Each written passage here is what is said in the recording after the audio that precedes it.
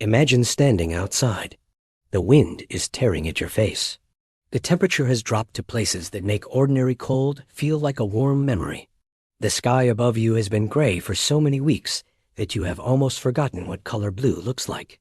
The sun rises for only a few hours each day, barely climbing above the horizon before sinking again into a darkness that feels permanent, relentless, and alive. Now imagine you have no electricity, no central heating, no insulated walls threaded with modern fibers designed in a laboratory, no supermarket down the road with shelves loaded with food, regardless of the season.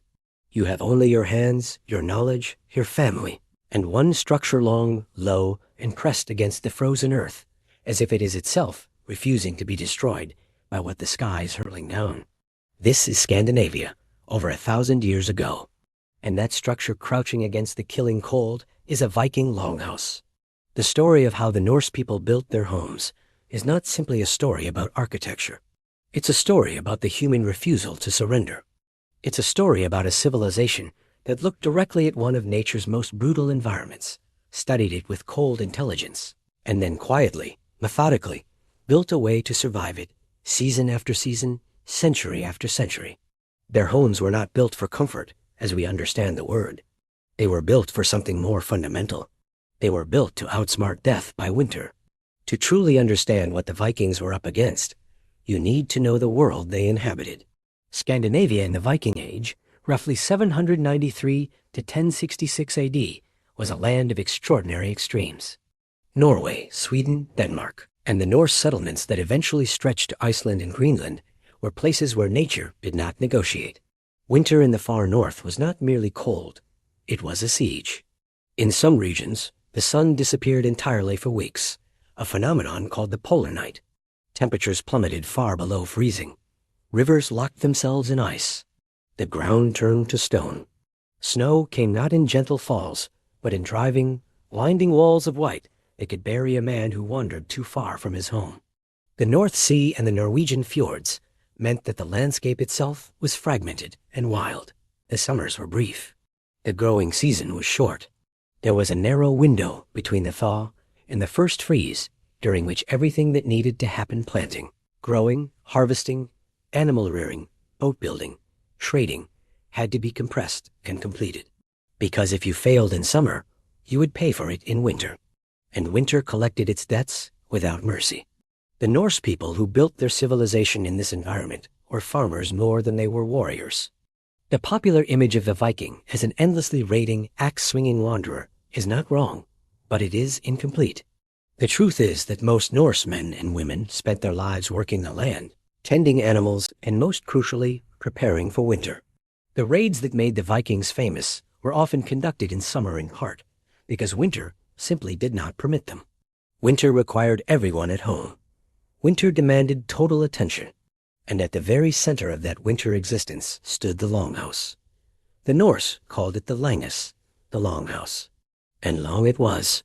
A modest farmhouse might stretch 15 to 20 meters. A wealthy chieftain's hall could run to 50, 60, sometimes more than 70 meters in length. There's an extraordinary example from Borg on the Lofoten Islands in Norway, where archaeologists have uncovered the footprint of a longhouse measuring an astonishing 83 meters longer than many modern passenger aircraft.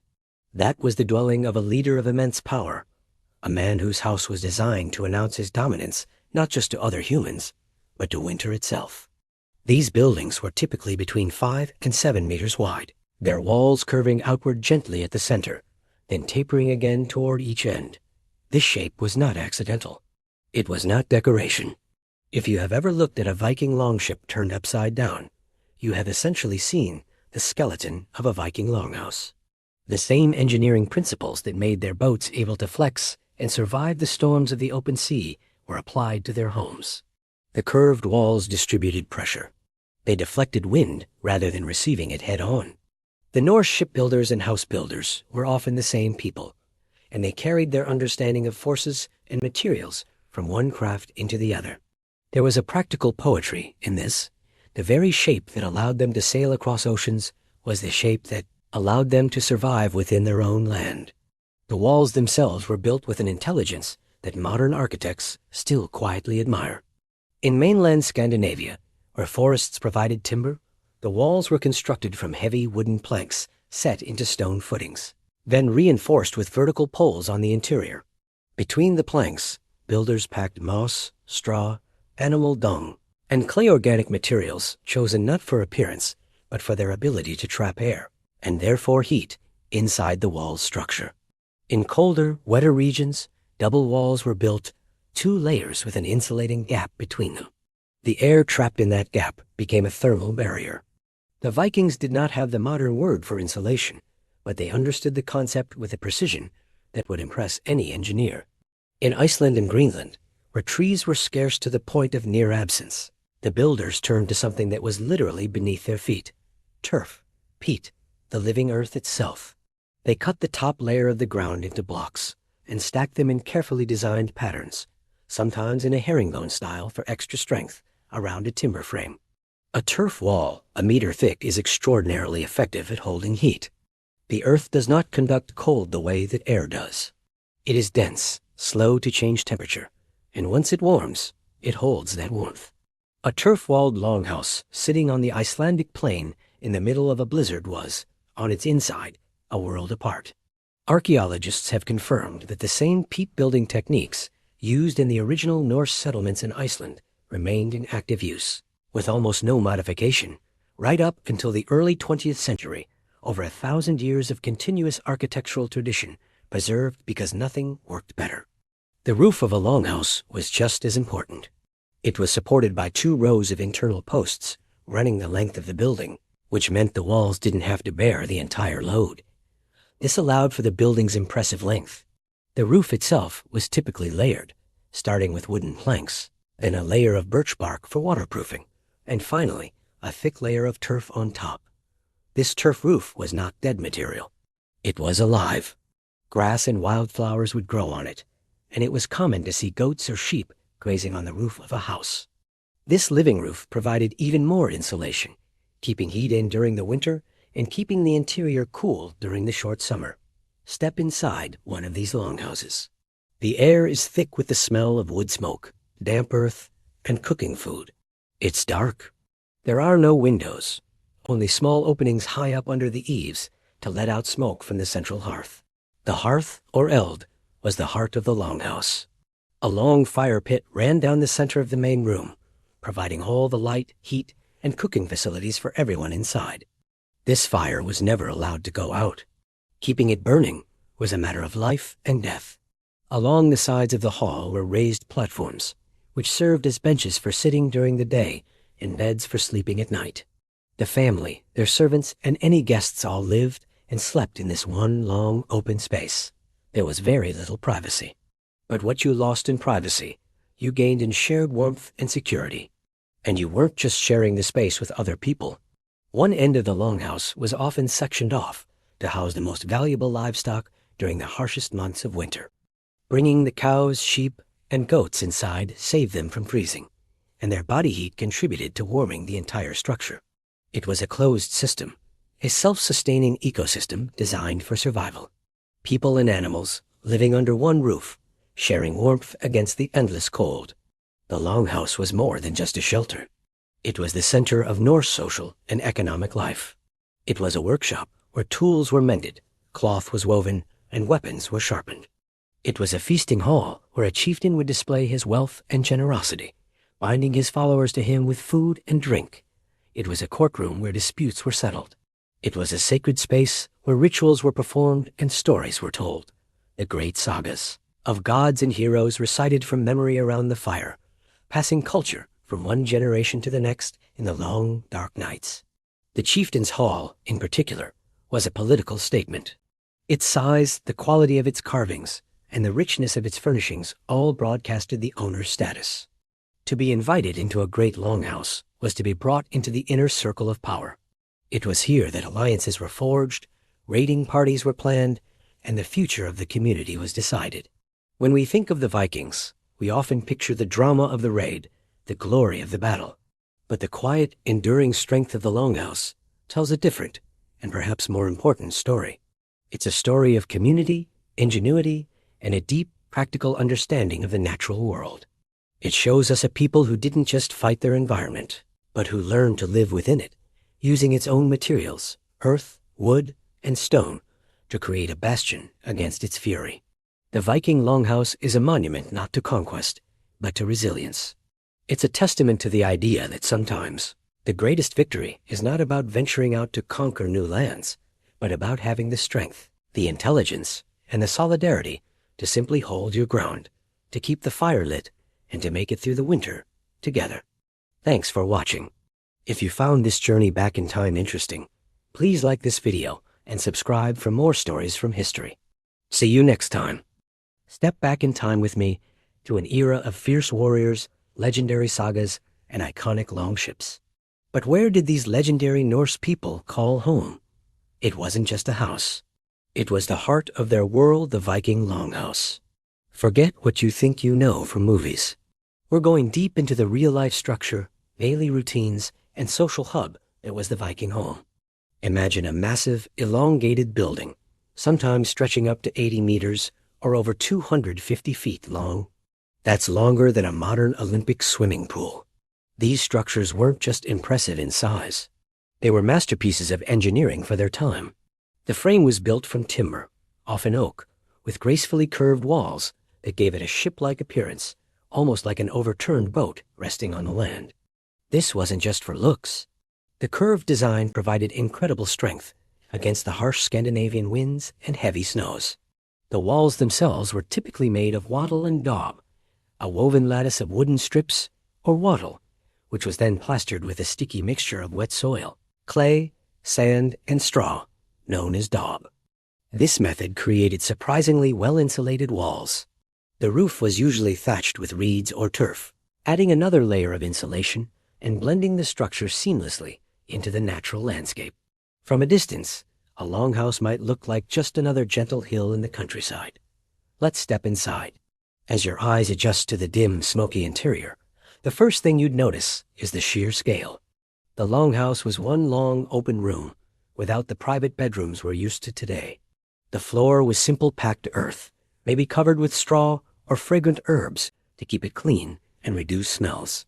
Running down the center of this great hall was a series of long, open hearths, the source of all heat, light, and cooked food. There were no chimneys. Smoke would lazily drift upwards and find its way out through small, deliberate openings in the roof. This meant the entire space was constantly filled with a smoky haze, something the Vikings were completely accustomed to. Life inside the longhouse was a communal affair. These buildings weren't single-family homes. They housed an entire extended family or household, which could include the chieftain, his family, relatives, and even thralls or enslaved people. Everyone lived, ate, and slept together in this shared space. Along the two long walls, you'd find raised wooden platforms. These were the multi-purpose furniture of the Viking Age. During the day, people would sit on them to work, talk, and eat. At night, they would unroll their sleeping bags, made of animal furs and wool, and these benches would become their beds. The most important people, like the chieftain and his wife, would have their sleeping area at one end of the hall, often the most comfortable and prestigious spot. So what did a typical day look like? Mornings would start early. The women of the household were in charge of the domestic sphere. They would stoke the fires, prepare the morning meal, usually a kind of porridge called gurt, and begin the day's chores. This included grinding grain into flour using a hand quern, a physically demanding task. They would also be responsible for spinning wool, weaving cloth on large upright looms, mending clothes, and tending to the children. The longhouse was a hive of constant activity and industry. Meanwhile, the men would head out to work on the farm, hunt in the nearby forests, fish in the fjords, or engage in craftsmanship.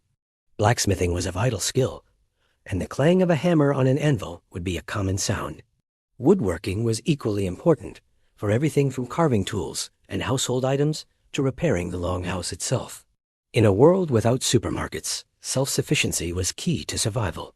As evening approached, everyone would gather back inside the longhouse.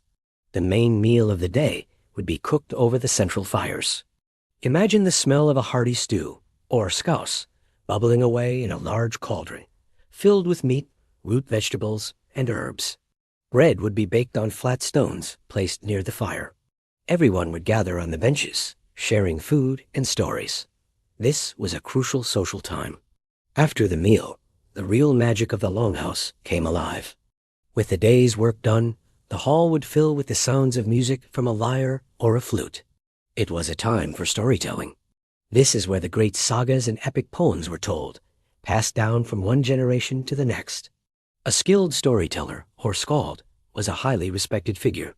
In the flickering firelight, they would weave tales of heroic gods, fearsome giants, epic battles, and daring voyages. This oral tradition was the bedrock of Viking culture. Their history, their entertainment, and their education all rolled into one. It was how they made sense of their world and their place in it. The longhouse also served as a political and social center. It was here that the chieftain would hold council, settle disputes, and plan for raids or trading expeditions. Feasts were common, celebrating seasonal changes, successful harvests, weddings, or the return of warriors. These feasts were loud, boisterous affairs, with plenty of food, ale, and mead. It was a chance for the community to bond, to forge alliances, and to display wealth and status.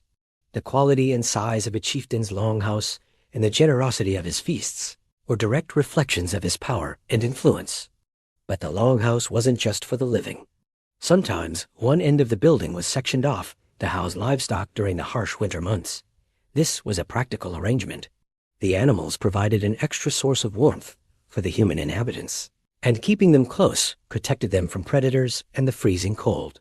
So, you might be sleeping just a few meters away from your cows and sheep. The smells and sounds would have been unique, to say the least. As you can see, the Viking longhouse was so much more than just a shelter. It was the dynamic heart of the farm, the family, and the community. It was a workshop, a kitchen, a bedroom, a banquet hall, and a parliament, all under one long, smoky roof. It was a space that perfectly reflected the Viking way of life. Communal, practical, resilient, and deeply connected to family, tradition, and the natural world. It was a place where life was lived out in its entirety, from birth to death, surrounded by the warmth of a fire and the echoes of ancient stories. Thank you so much for joining me on this journey back to the Viking Age. If you found this glimpse into the past as fascinating as I do, make sure to hit that like button and subscribe for more deep dives into history. Let me know in the comments what aspect of Viking life you'd like to explore next. Until then, stay curious. Ever wonder what it was really like to live as a Viking? Forget the horned helmets and epic battles for a moment. Let's talk about the heart of their world, the longhouse. How did they survive the harsh Scandinavian winters, packed in with dozens of family members, friends, and even their livestock? This is your ultimate survival guide to the Viking longhouse. First things first, what even is a longhouse? Picture this, a long, narrow building, sometimes up to 250 feet long, made of wood, turf, and stone. It's dark, it's smoky, and it's your entire world under one roof. There are no private bedrooms here. Everyone, from the chieftain to the youngest child, slept, ate, and worked in one massive open hall.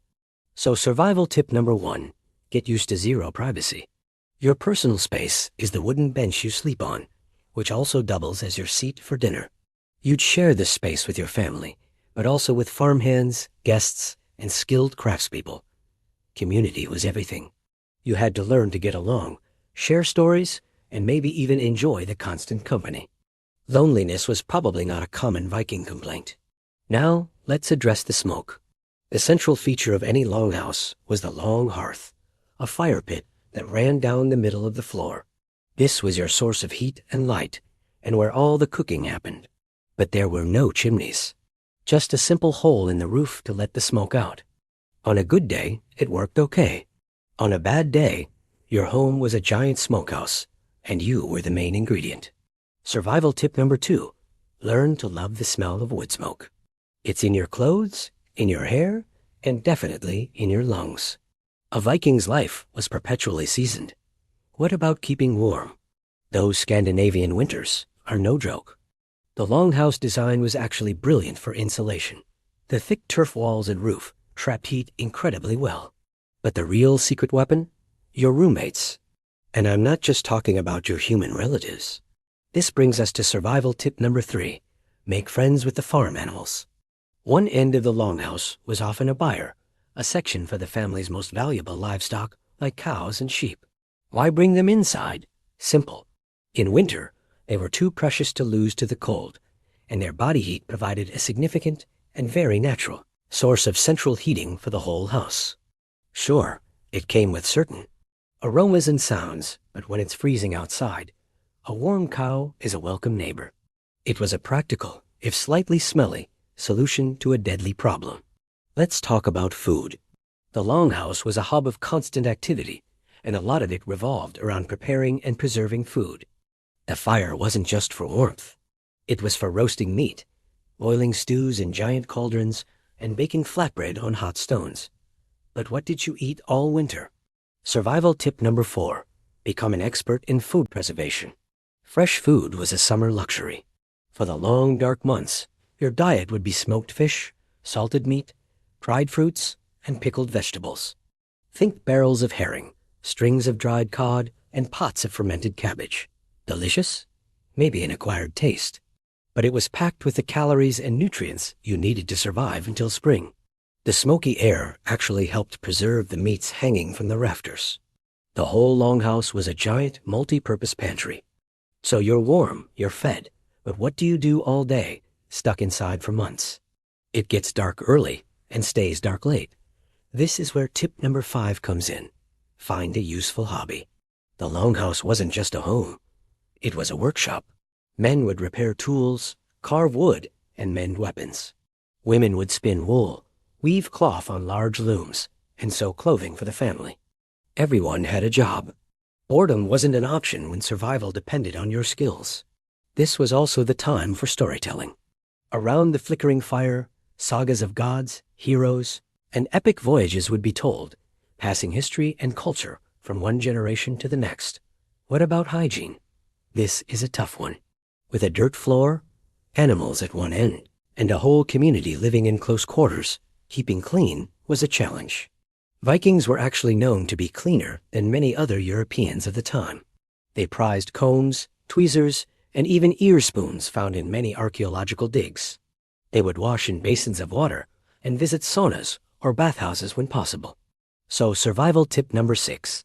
Embrace the simple hygiene you can. A quick wash with cold water might be all you get, but it was better than nothing. You had to be tough, but you didn't have to be filthy. Finally, the most important survival tip of all. Know your place in the social order. The longhouse was a microcosm of Viking society. The chieftain and his family occupied the best spot, in the middle of the hall, closest to the fire's warmth and light. The further you were from the center, the lower your status. Everyone had a role and a responsibility. Your survival, and the survival of the entire household, depended on everyone working together and respecting this structure. It wasn't about being bossed around. It was about a system where everyone contributed to the common good. So there you have it. Life in a Viking longhouse was smoky, crowded, and probably a bit smelly. But it was also warm, communal, and incredibly efficient. It was a fortress of family and community against the harsh wilderness. It was the beating heart of the Viking world, where life, work, and sagas were all shared under one long roof. It wasn't just a house. It was a living, breathing organism designed for one purpose: survival. Thanks so much for joining me on this trip back in time. If you enjoyed this survival guide, hit that like button and subscribe for more adventures into the past. Let me know in the comments which survival tip you think would be the hardest to handle. See you next time. Cooking over an open hearth is a skill that no modern kitchen prepares you for. The Viking woman who prepared her family's meals was working with a fire that had no adjustable setting in a space, where smoke sometimes thickened to near blindness, balancing clay pots on stones arranged at precise distances from the heat. She was producing bread porridge made from barley and oats, stews of preserved meat and dried vegetables, fermented dairy products, and dried fish, a diet that was narrow by modern standards, but carefully calibrated to provide the caloric density required for survival in extreme cold. A body working hard in near-freezing conditions burns through energy at a rate that would shock most modern people. The food had to be sufficient, The cooking had to be reliable. The woman who managed the hearth was managing her family's survival budget in real time, every day. Men repaired tools, crafted new ones, worked leather, built and mended furniture and farm equipment, and tended the animals in the byre. Children of all ages were occupied, spinning wool, processing food stores, carrying water from wells through the snow, helping with the 100 small tasks that kept a large household functioning. The elderly contributed knowledge, supervision, and the steady continuation of the oral tradition, teaching the young the history of the family, the techniques of farming and building, the stories that gave the darkness meaning. At night, the benches along the walls became beds. The family lay down together under animal furs and woolen blankets, the fire banked lower but still breathing, the warmth in the upper part of the building, collecting like something precious above their sleeping forms. The sounds of the house at night were the sounds of many breathing bodies, of shifting animals beyond the partition, of wind against the turf walls, and occasionally the deep creak of the roof timbers accepting the weight of new snow. The longhouse, in those winter nights, was not simply a building. It was a living body, breathing and warm, holding dozens of human and animal lives against the darkness that wanted them. Not everyone had a longhouse of equal quality. This matters. The social hierarchy of the Viking world was written into the architecture of its homes with stark clarity. The wealthiest chieftains and jarls, the Norse nobility, lived in enormous longhouses whose hearth rooms could accommodate hundreds of guests for the great winter feasts. Their walls were hung with tapestries and woven textiles, which served double duty as decoration and insulation. Their benches were covered with cushions stuffed with wool or feathers. Their food stores were deep and varied. Their longhouses had attached workshops, separate guest quarters, and multiple outbuildings for different functions. When a great feast was held in a chieftain's hall, a tradition of profound social and political importance in Norse culture, the hall itself was the theater for the exercise of power. The chieftain who could feed 200 guests through a winter night, who could keep his hall warm and bright with firelight while the snow fell outside, was demonstrating his fitness to lead. His longhouse was not just his home, it was his argument. The free farmers, the bondi, the backbone of Norse agricultural society, had solid, functional longhouses of moderate size. Not grand, but sufficient. These were the structures that archaeology has excavated most extensively across Scandinavia, and their consistent quality speaks to a culture that understood minimum viable standards for winter survival and met them reliably. There are longhouse sites in Denmark where the same settlement was, rebuilt in essentially the same location and design over many generations. The new structure rising from the footprint of the old one, the same engineering solutions applied by each succeeding generation, because the problems they were solving remained the same. The cold did not change. The darkness did not change. And so the answer did not change. The unfree, the thralls, the slaves who formed the lowest tier of Norse society had the least protection. They occupied the outermost sleeping positions on the benches, farthest from the fire. In the coldest nights, the cold was felt most acutely there. Archaeological evidence suggests that thralls sometimes slept in the outbuildings near the animals, which, given the body heat those animals produced, may have been warmer than the outer edge of a cold longhouse in January, but carried with it every other indignity. The architecture of warmth was also an architecture of power. Where you slept in the longhouse told you, and everyone else, exactly how much of winter's mercy you are entitled to. There is a discovery that stands as perhaps the most haunting and revealing piece of Viking winter archaeology in existence. It was found in Iceland, buried under volcanic ash from the eruption of a nearby volcano sometime in the 12th century, and it is called the Stang Longhouse, located in the Kyrkjardalur Valley. The eruption that buried Stang was catastrophic and sudden. The people who lived there fled, leaving behind their lives in the longhouse almost entirely intact. When archaeologists excavated and studied the site in the 20th century, they found the preserved remains of a dwelling that had been abandoned in the middle of ordinary existence. Tools left in place, the hearthstone still darkened with ash, the structure of the room still readable in the compressed earth. It was as if winter itself had frozen a moment and kept it. What Stang revealed was that everything described in the sagas, everything theorized by historians and archaeologists about Viking longhouse life, was real, the central hearth. The side rooms, the animal byre at one end. The interior posts carrying the roof. The entrance passages acting as thermal buffers. All of it confirmed in three-dimensional physical evidence. A full reconstruction of Stang, called Joe Veldisperin, stands near the original site, and when visitors walk through it with the smoke holes open and a fire burning in the central hearth, they report something unexpected. It is bright, it is warm, it feels lived in. It does not feel like a primitive struggle. It feels like a solution. Modern, experimental archaeology, the practice of building exact replicas and actually living or working in them, has confirmed repeatedly that a well-built Viking longhouse, properly managed with a central fire and the correct mix of human and animal occupants, maintains a comfortable interior temperature, even when the outdoor temperature is deeply below freezing. The design works. The engineering is sound. The accumulated knowledge, encoded into those curved walls and turf roofs and smoke hole vents, represents thousands of years of human learning, compressed and perfected into structures that stood against some of the most brutal winter conditions on the planet. The Viking Age ended, as all ages do, not in a single moment, but in a long transition.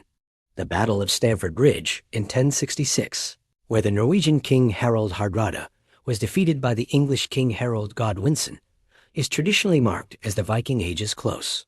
Christianity had already spread through Scandinavia during the preceding century, slowly replacing the old Norse religion, the mythology of Odin and Thor and Fimbulwinter, with new cosmologies and new stories. The ring fortresses the Norse built, the great trading towns of Hidibi and Birka, the far-flung settlements in Iceland and Hen, Greenland, and briefly in Vinland, North America, all slowly integrated into the larger pattern of medieval European history. Ever wondered how Vikings really lived? Forget the horned helmets and savage stereotypes for a moment. Let's step inside the heart of the Viking world, the Longhouse. This wasn't just a building. It was the center of their universe, a place for family, community, and survival against the harsh northern elements. Imagine a massive, long wooden structure, maybe up to 75 meters long. That's almost the length of a modern football field. From the outside, it might look simple, with its turf-covered, curved roof designed to shed heavy snow and rain. The walls were often made from timber planks or wattle and daub, a mix of woven lattice and clay. It was a masterpiece of function over form, built to withstand anything the Scandinavian weather could throw at it. As we step inside, your eyes would need a moment to adjust. It's smoky and dim, with the only light coming from the doorways at each end and small openings in the roof. A long central hearth runs down the middle of the floor, the fire crackling and casting dancing shadows on the walls. This fire was the lifeblood of the Longhouse. It provided warmth, light for working, and a place to cook the communal meals. Smoke would drift up and escape through those roof vents, which also meant everything inside, including the people, carried the constant scent of wood smoke. The layout was surprisingly organized. The interior was a large, open hall, but it was cleverly divided into sections. Along the walls, you'd see raised wooden platforms. These were the living and sleeping areas. During the day, people would sit here to weave textiles, repair tools, or tell stories. At night, they'd unroll their fur and wool bedding and sleep, side by side with their family. The chieftain and his immediate family would occupy the most comfortable and prestigious spot, usually in the middle of the hall, closest to the main fire. But who lived here? It wasn't just one nuclear family. A longhouse was home to an entire extended family, or her, which could include grandparents, aunts, uncles, cousins, and even thralls, who were enslaved people. Sometimes multiple families shared a single longhouse. In winter, they would even bring their most valuable livestock inside one end of the building to protect them from the cold. It was crowded, noisy, and probably not very private, but it fostered an incredible sense of community and mutual reliance. Life in the longhouse followed the rhythm of the seasons. During the long, dark winters, it was a hub of indoor activity. Men would mend their fishing nets and sharpen their weapons, preparing for the spring raiding and trading season. Women were the masters of the household, managing food supplies, spinning wool into yarn, weaving cloth for sails and clothing, and raising the children. Storytelling was a vital part of the evening's entertainment. Sagas of gods, heroes, and epic battles or recited from memory, passing down history and cultural values from one generation to the next. This was their television, their internet, and their library all rolled into one. Let's talk about what they ate. The central fire wasn't just for warmth. It was a kitchen. Large cauldrons would hang over the flames, bubbling with stews made from fish, game, and root vegetables. Meat and fish would be smoked high up in the rafters to preserve them. They baked bread, often a simple flatbread, on hot stones placed in the embers. Feasts were a massive deal in Viking culture. A successful raid, a wedding, or a religious festival was cause for a huge celebration, where the longhouse would be filled with guests, food, and plenty of mead or ale. Archaeology has given us an amazing window into these structures. At sites like the reconstructed longhouse at Lonsea Meadows in Canada, or the Lafner Viking Museum in Norway, we can see these buildings brought back to life. Excavations have uncovered post holes that show us the building's massive scale. We found everyday objects like combs made of bone, pieces of pottery, iron tools, and delicate jewelry, all lost or discarded on the earthen floor centuries ago. Each artifact tells a story about the people who lived, worked, and died within these walls. The longhouse was also a symbol of status and power. The bigger and more ornate your longhouse, the more powerful a chieftain you were. The high seat, the chieftain's chair, was often intricately carved. The posts and beams might be decorated with elaborate carvings of dragons and mythical beasts, showcasing the owner's wealth and influence. It was a public statement, a way of saying, I am important, and my family is strong. So the Viking longhouse was far more than just a shelter. It was a home, a workshop, a community center, a fortress, and a status symbol. It was a place of warmth and light in a cold, dark land. It was where children were born, where sagas were told, where plans for epic voyages were made, and where a unique and powerful culture thrived. When you think of Vikings, don't just picture them on a ship. Picture them here, gathered around the fire in their smoky, bustling longhouse, the true heart of the Viking Age. Thanks for joining me on this journey back in time. If you enjoyed this glimpse into the Viking world, don't forget to like this video, subscribe to the channel, and hit that notification bell so you don't miss our next adventure into history. See you next time.